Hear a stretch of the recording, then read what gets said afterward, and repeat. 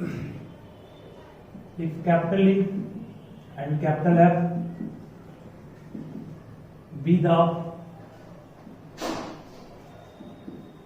events in which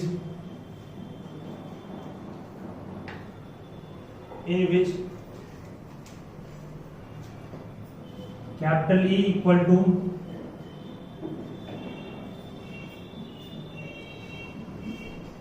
the event that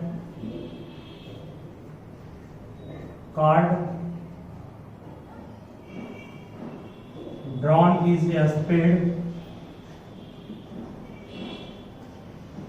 capital F में the event that card drawn is an S,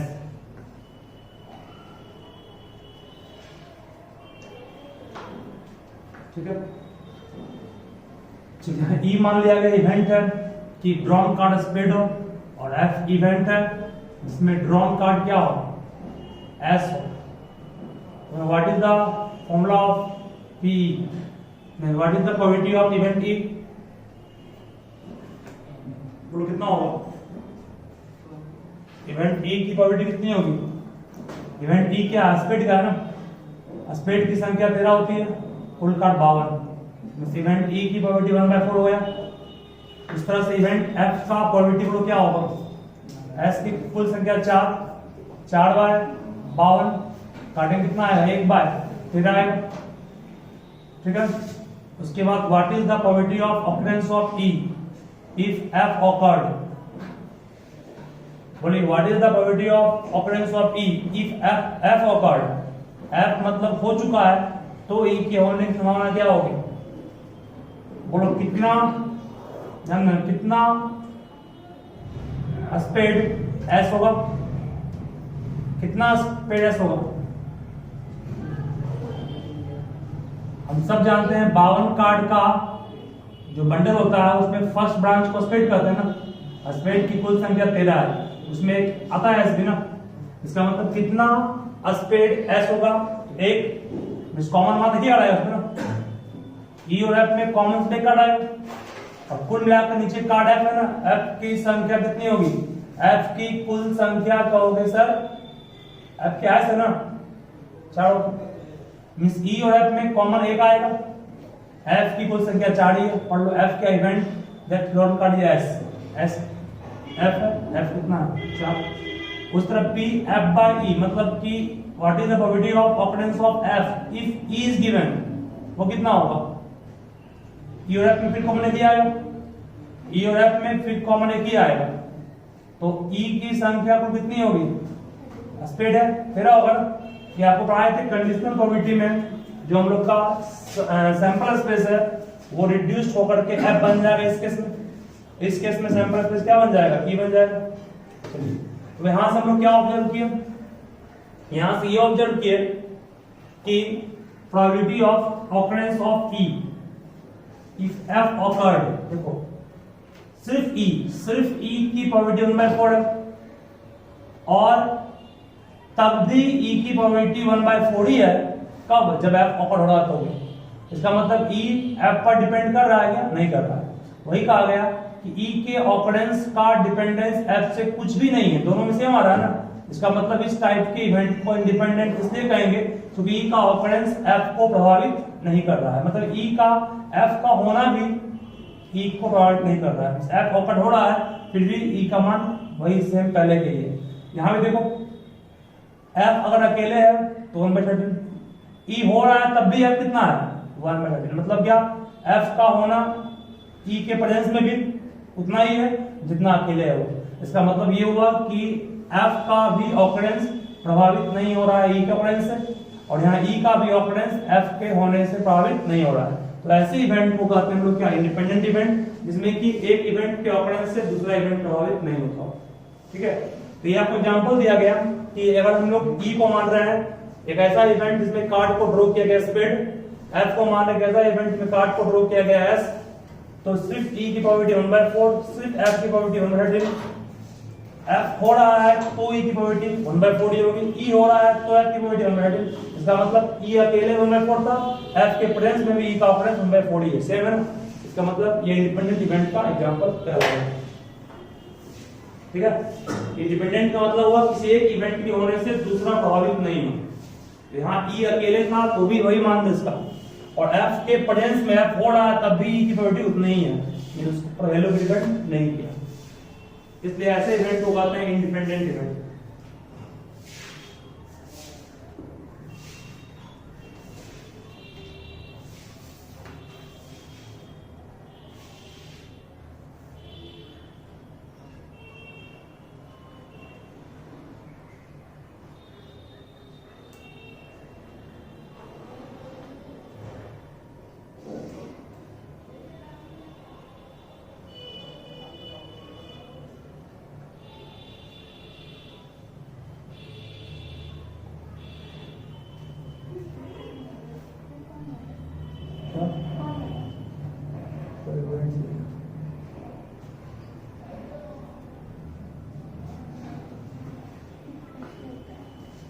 हो गया जी।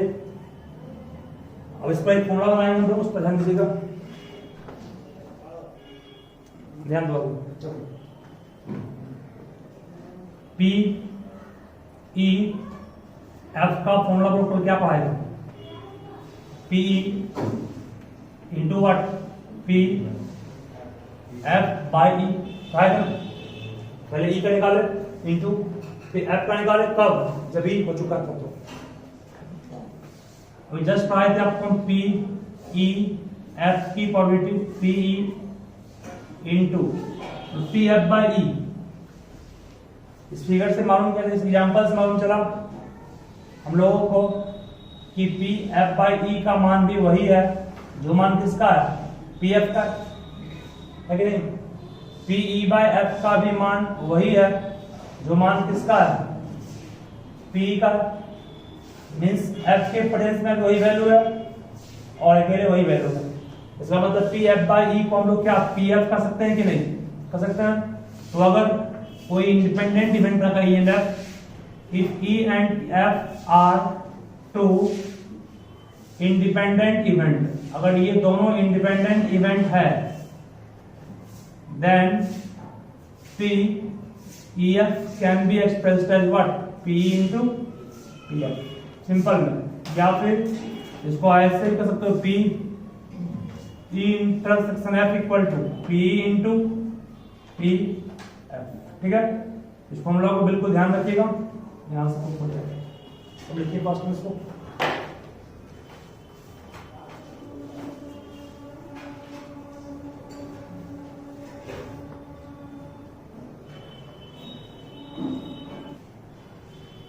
Capital A, capital B and capital C,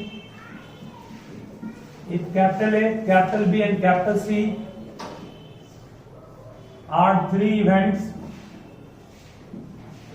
then probability of A, B and C is equal to probability of A into probability of B into probability of C।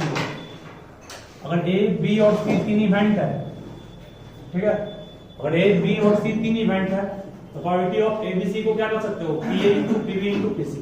तीन चार रहेगा, चार कर सकते। ठीक है, अगर इंडिपेंडेंट होगा तो आर थ्री इंडिपेंडेंट इवेंट कर दोगे। अगर ये इवेंट सब इंडिपेंडेंट होगा तो आप इसको मल्टीप्लाई करके लिख सकते हो। एबीसी का और वो लोग क्या कर सकते, पढ़ा है ना, यहाँ पर A intersection B intersection C, दोनों सही है। चलो कुछ क्वेश्चंस हैं जो कि आपका इस टॉपिक पे बेस्ड होगा। देखो पहला क्वेश्चन है, जब भी इंडिपेंडेंट शो करने के यही काम करोगे सिखाएंगे आपको। तो a die is thrown full stop if capital E is event,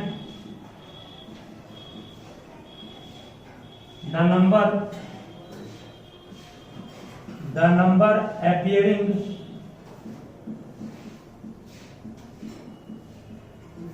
is a multiple of 3 and FB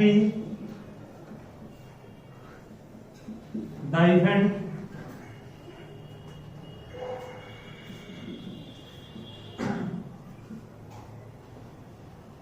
the number appearing is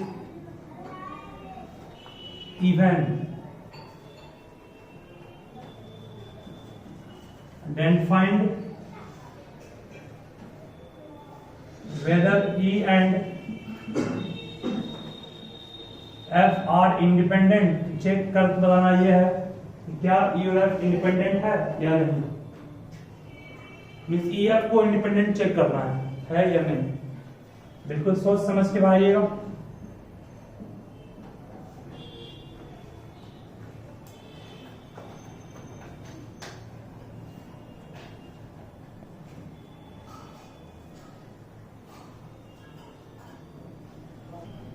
बिल्कुल होना चाहिए। देखो ई में आपके पास एलिमेंट क्या आएगा, ई में क्वेश्चन कंडीशन दिया हुआ है number appearing on throwing a die is 3 multiple of 3 और 6 आएगा ना। एफ में क्या आएगा, इवन नंबर, दैट मींस 2 आएगा, 4 आएगा और 6 आएगा। तो निकालना है क्या इंडिपेंडेंट है या नहीं चेक करना। मतलब P E intersection F, P E intersection F निकालना मान, ध्यान देना। पी ई इंटरसेक्शन एफ का मान, दोनों में कॉमन क्या आएगा, एक आएगा एलिमेंट। कुल कितना एलिमेंट है, 6 है। मींस अभी सिर्फ हम निकाल रहे हैं पी ई इंटरसेक्शन एफ निकाल रहे हैं। ई और एफ में कॉमन कितना, एक वन करें, इनको मारा सिर्फ। कुल कितना है सैंपल स्पेस, श्योर, ठीक है। अब ये पी निकालेंगे ना, पी कितना है, एक, पी कितना है, 2 ना, 2 बाय कितना 6, काटने 1/3 जाएगा। पी एफ कितना है, 3/6, काटने 1/। अभी यहाँ पर नीचे में सैंपल स्पेस जो ओरिजिनल वही लेंगे क्योंकि आप निकाल रहे हैं सिंगल एलिमेंट का। बाय रहेगा तब ना आपका सैंपल स्पेस घटेगा, रिड्यूस होगा। चलो साफ मालूम चल रहा है, पी ई इंटरसेक्शन एफ का मान हमारे पास 1/6 है और पी इंटू पी एफ करने के बाद भी कितना आएगा, 1/3 इंटू 1/2, ये भी कितना आएगा 1/6। इसका मतलब हम लोग कह सकते हैं कि पी ई इंटरसेक्शन एफ किसके इक्वल है, P E into P F के ये क्या होगा, इक्वल होगा। ठीक है, यहां से प्रूफ हो गया। जब भी इंडिपेंडेंस शो करना हो यही वर्ड करना है, इसको ध्यान रखिएगा, बनेगा। चलो नेक्स्ट क्वेश्चन है, प्रूफ करना है। प्रूफ दैट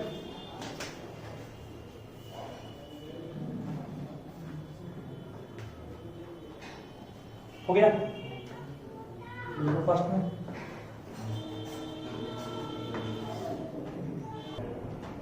देखो आंसर,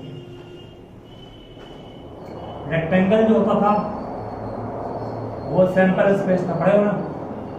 रेक्टेंगल को सैंपल स्पेस कहते थे, यूनिवर्सल सेट याद है। यहाँ पर एस जो होगा वो सैंपल स्पेस जो होगा उसी को मानेंगे रेक्टेंगल यूनिवर्सल सेट मानेंगे। उसका 2 सबसेट कौन है, ई और एफ। एक ई हो गया और एक क्या हो गया, एफ। इसको ई कह रहे हैं और ये क्या हो गया, एफ। दोनों में जो कॉमन होता है, ये पार्ट कॉमन है ना, इस कॉमन पार्ट को क्या कहेंगे, ई इंटरसेक्शन एफ कहेंगे। और ये part, what is this part को हम सेट नहीं कर रहे हैं, ई इंटरसेक्शन एफ कंप्लीमेंट कहलाएगा। उस तरफ का पार्ट कहलाएगा, उस तरफ के पार्ट को ई कंप्लीमेंट इंटरसेक्शन एफ। कंप्लीमेंट समझते हो क्या होता है, देखो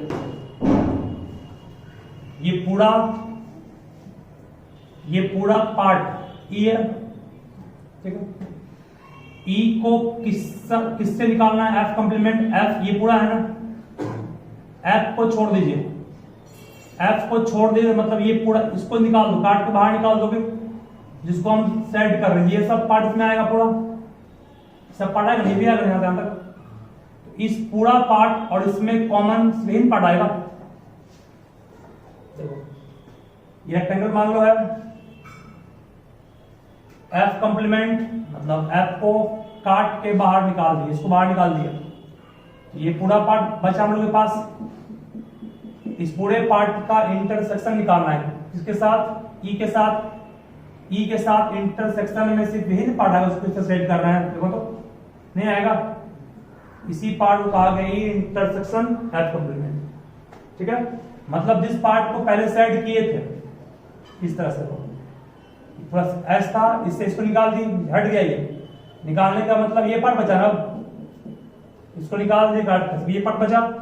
इस पार्ट में इसको छोड़ करके इस पार्ट में कॉमन निकालना है किसके साथ, इसके साथ। तो कौन पार्ट कौन आएगा, ये हट जाएगा, सिर्फ ये पार्ट उसमें आ गया ना, सिर्फ ये पार्ट जिसको हम इस तरह सेट अभी कर रहे हैं वो ये नहीं पढ़ रहेगा। तो ये क्या कहलाएगा आपका, ई इंटरसेक्शन। उस तरह भी हो गया, लिखिए फर्स्ट कर दो वो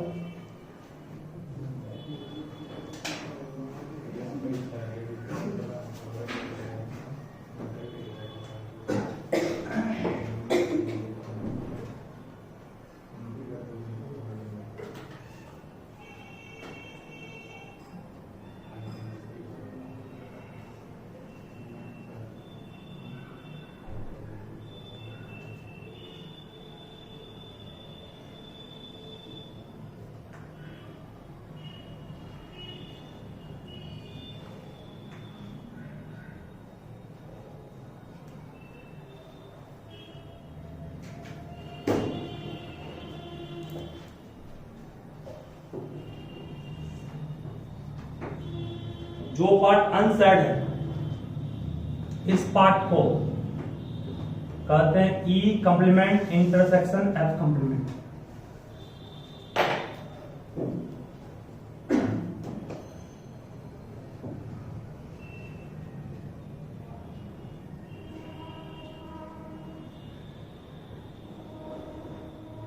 आपको दिया हुआ क्या इवेंट क्या है पूछो। So since E and F are independent event,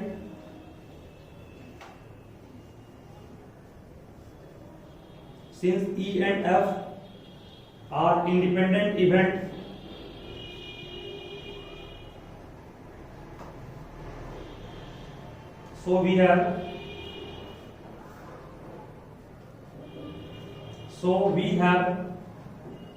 F P E intersection F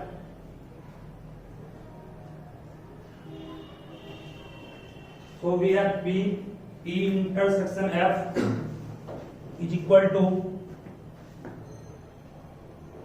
चूंकि E और F इंडिपेंडेंट दिया हुआ है क्वेश्चन में, तो हम लोग P E इंटरसेक्शन F को क्या कहेंगे, since E and F are independent, चूंकि ये इंडिपेंडेंट दिया गया है, so P E intersection F को क्या बोलोगे, P इंटू P F बोलोगे। चलिए उसके बाद ध्यान देना फिर से अगेन, ई को आप फिगर से क्या कहोगे, फिगर से ई को आप बिल्कुल लिख सकते हो E intersection F complement union E intersection E complement F complement. सही है,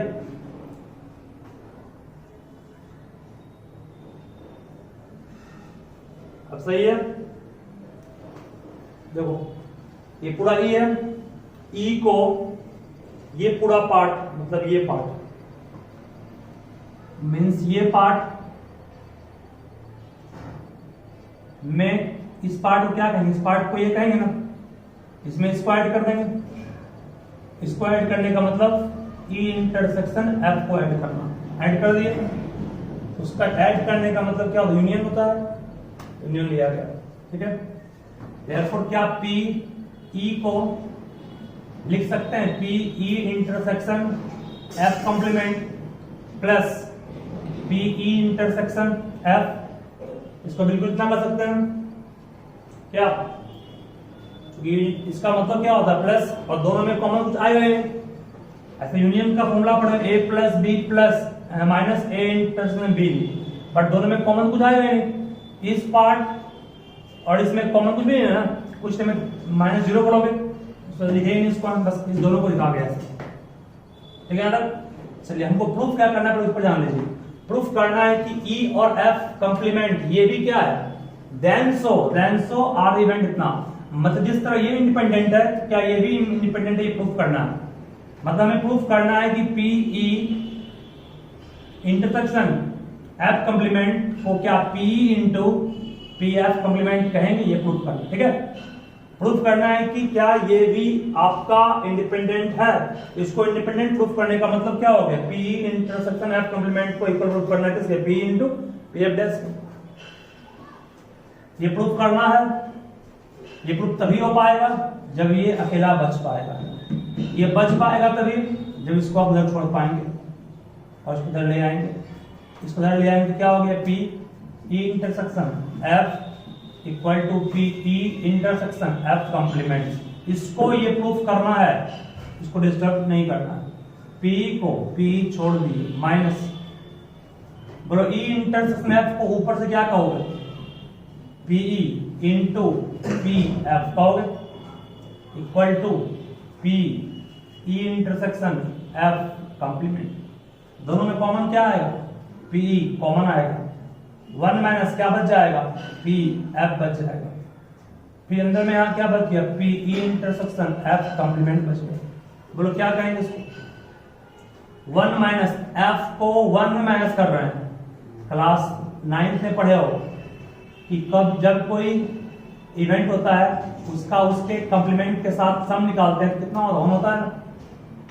इसका मतलब 1 माइनस पी को क्या कहोगे, 1 माइनस पी क्या कहोगे, पी एफ नहीं कहोगे, 1 माइनस पी एफ। क्या प्रूफ हुआ या नहीं, प्रूफ बिल्कुल अच्छी तरह से। ठीक है, यही प्रूफ करना था। फिगर आपका हेल्प करेगा समझने में। जो फिगर ड्रॉ कर दिया गया है, फिगर का ध्यान रखिएगा।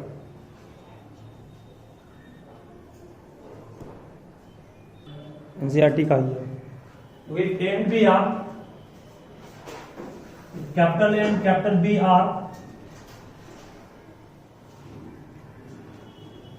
Capital A and capital B are two independent event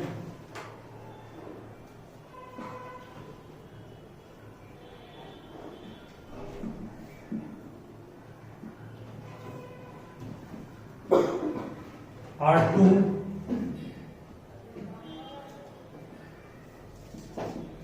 independent events,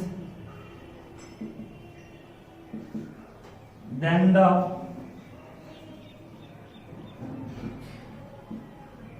probability of occurrence of at least one of A and B,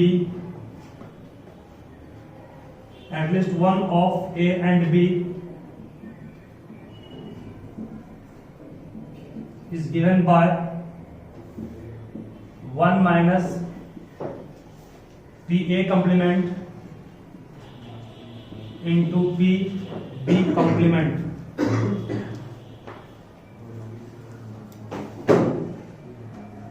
बिल्कुल सिंपल है, ध्यान पूर्वक पहले समझो सब इसको। देखो ए और बी क्या दिया हुआ है, इंडिपेंडेंट इवेंट। ए और बी इंडिपेंडेंट है, since A and B are independent. चूंकि ए और बी इंडिपेंडेंट है तो पी ए इंटरसेक्शन बी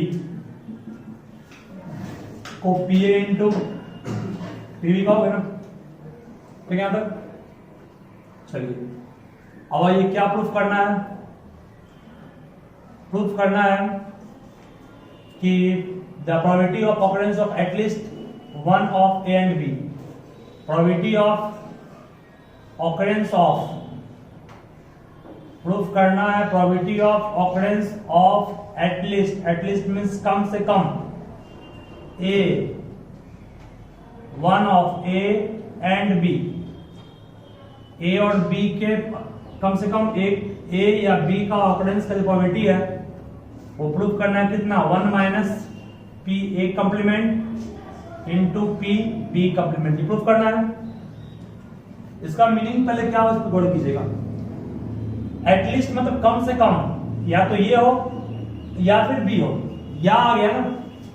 और या का मतलब क्या होता है, और का मतलब क्या होता है, यूनियन, एंड का मतलब होता है इंटरसेक्शन।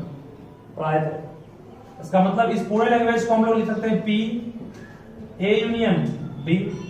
इसका मतलब ए यूनियन बी मतलब क्या, जो एलिमेंट ए में होगा या फिर जो एलिमेंट बी में होगा, या दोनों में हो। एटलीस्ट का मतलब कम से कम ए या बी में से एक में होना चाहिए, ठीक है।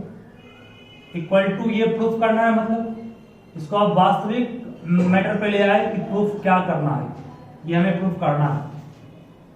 चलो अब इसको प्रूफ करना है तो इस पार्ट को लेके चलेंगे, वो प्रूफ करेंगे। तो लेफ्ट हैंड साइड टेकअप किया मैंने, पी ए यूनियन बी का फॉर्मूला क्या पढ़े क्लास 11th में सेट चैप्टर में, पी ए प्लस कितना P B minus P A intersection B. इसको डिस्टर्ब नहीं करना है, प्रूफ करना है। चलो उसमें पी ए को छोड़ दिया गया प्लस पी बी भी छोड़ दिया गया। जब ये इंडिपेंडेंट दिया हुआ है तो इसका मान यहां हम लिख सकते हैं कितना, P A into P B, सही है। दोनों में कॉमन क्या आएगा, इस दोनों में कॉमन निकालेगा तो पी ए कॉमन आएगा, क्या बच जाएगा 1 माइनस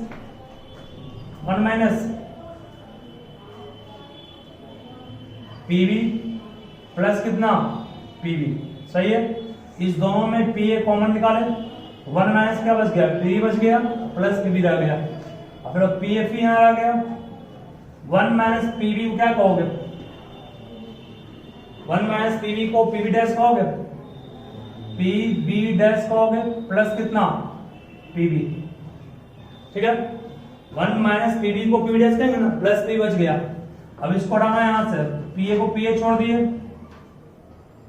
पी बी डैश को पी बी डैश छोड़ दिए, पी बी को 1 माइनस क्या पी बी डैश नहीं कर सकते हैं। जिस तरह 1 माइनस पी बी को पी बी डैश कहे तो पी बी को लिख सकते हो 1 माइनस पी बी डैश। यहां से अगर दिमाग लगाओगे तो इस दोनों में कॉमन क्या आएगा, इस दोनों में पी बी डैश कॉमन आएगा, बच जाएगा 1 माइनस, एक मिनट, क्या बच जाएगा, बच जाएगा P A minus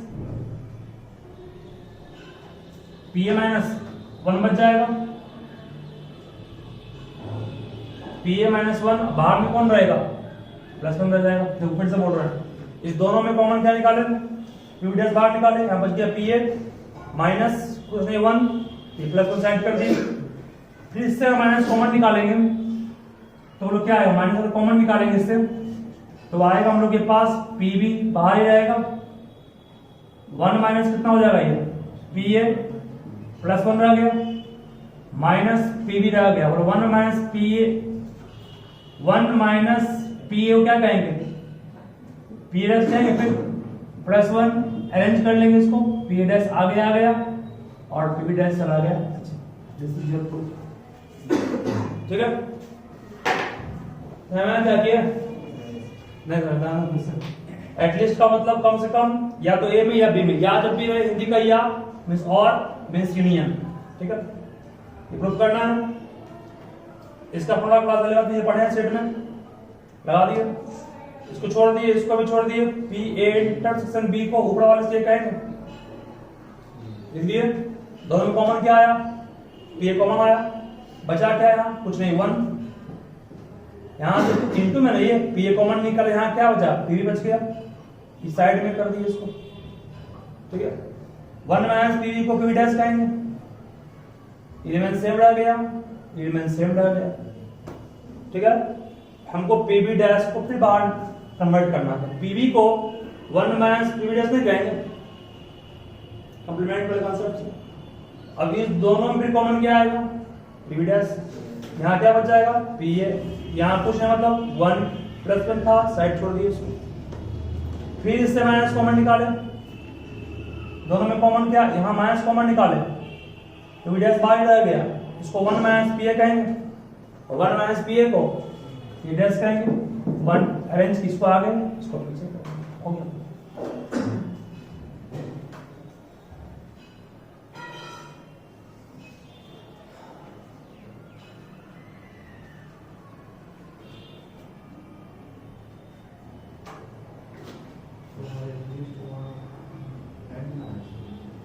at least one of A and B, मतलब क्या हुआ, ए और बी में, हिंदी का और बोल रहा है, कम से कम कोई एक हो, कोई एक, दोनों नहीं बोल रहा है, कोई एक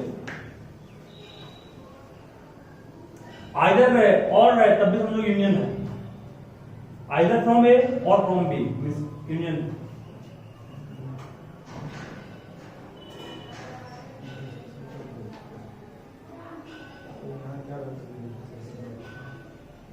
एटलीस्ट मारता ही नहीं, both A and B, intersection both रहता है, मींस आपको एलिमेंट ए और बी दोनों को लेना पड़ेगा, तो होना पड़ेगा एटलीस्ट रहेगा, ए एंड बी समझ जाओ कि यूनियन है, आइदर और रहेगा तो नाइदर नॉर रहेगा तब नाइदर और मतलब क्या, ना तो ये और ना ही ये, दोनों से हो गया ना, तब माय आइदर और मतलब क्या, कोई एक को नाइदर नॉर वाले में सिर्फ ध्यान रखोगे इंटरसेक्शन का कांसेप्ट यूज करोगे। देखो आगे आपको मिलेगा क्वेश्चंस, नाइदर नॉट जब भी रहे समझ जाओ इंटरसेक्शन यूज करना है, आइदर और रहे यूनियन यूज करना है, एटलीस्ट रहे कम से कम कोई एक यूनियन यूज करना, ठीक है। यूनियन स्टैंड फॉर प्लस, ठीक है, इनटू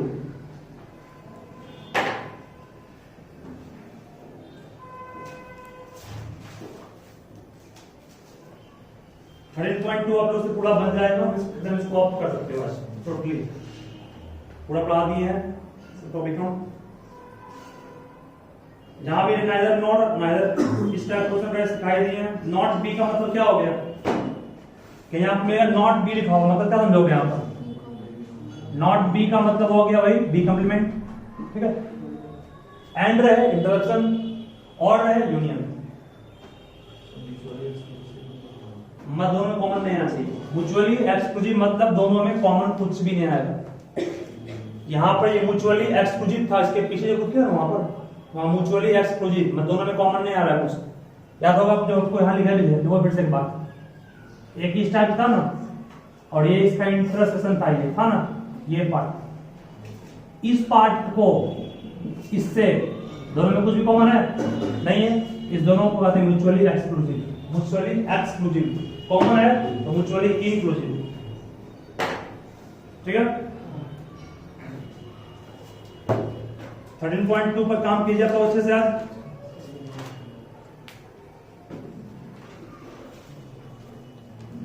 एक बार तुम फॉर्मूला को चेक कर लेना जो पीछे पढ़ा हुआ क्लास 11th में, किसमें सेट में उसका यूज करना पड़ेगा। नाइदर नॉट रहे तो क्या तभी क्या बोले आपको, देखो नाइदर ए नॉट भी लिखा रहे हैं, मान लो लिखा हुआ कहीं क्वेश्चन में निकालना है probability of neither A not be का मतलब क्या हुआ, ना ही ए और ना ही बी, मतलब ए कंप्लीमेंट भी, ए कंप्लीमेंट को नाइदर ए कहेंगे, बी कंप्लीमेंट को नाइदर बी कहेंगे, ना तो ए ना ही बी। समझो इसका मीनिंग क्या चल रहा है, मींस ए के एलिमेंट को भी शामिल नहीं करना है और बी को भी शामिल नहीं करना है, मतलब दोनों को शामिल नहीं करना है। एंड की और आएगा, एंड आएगा, एंड मतलब क्या हो गया, ठीक है।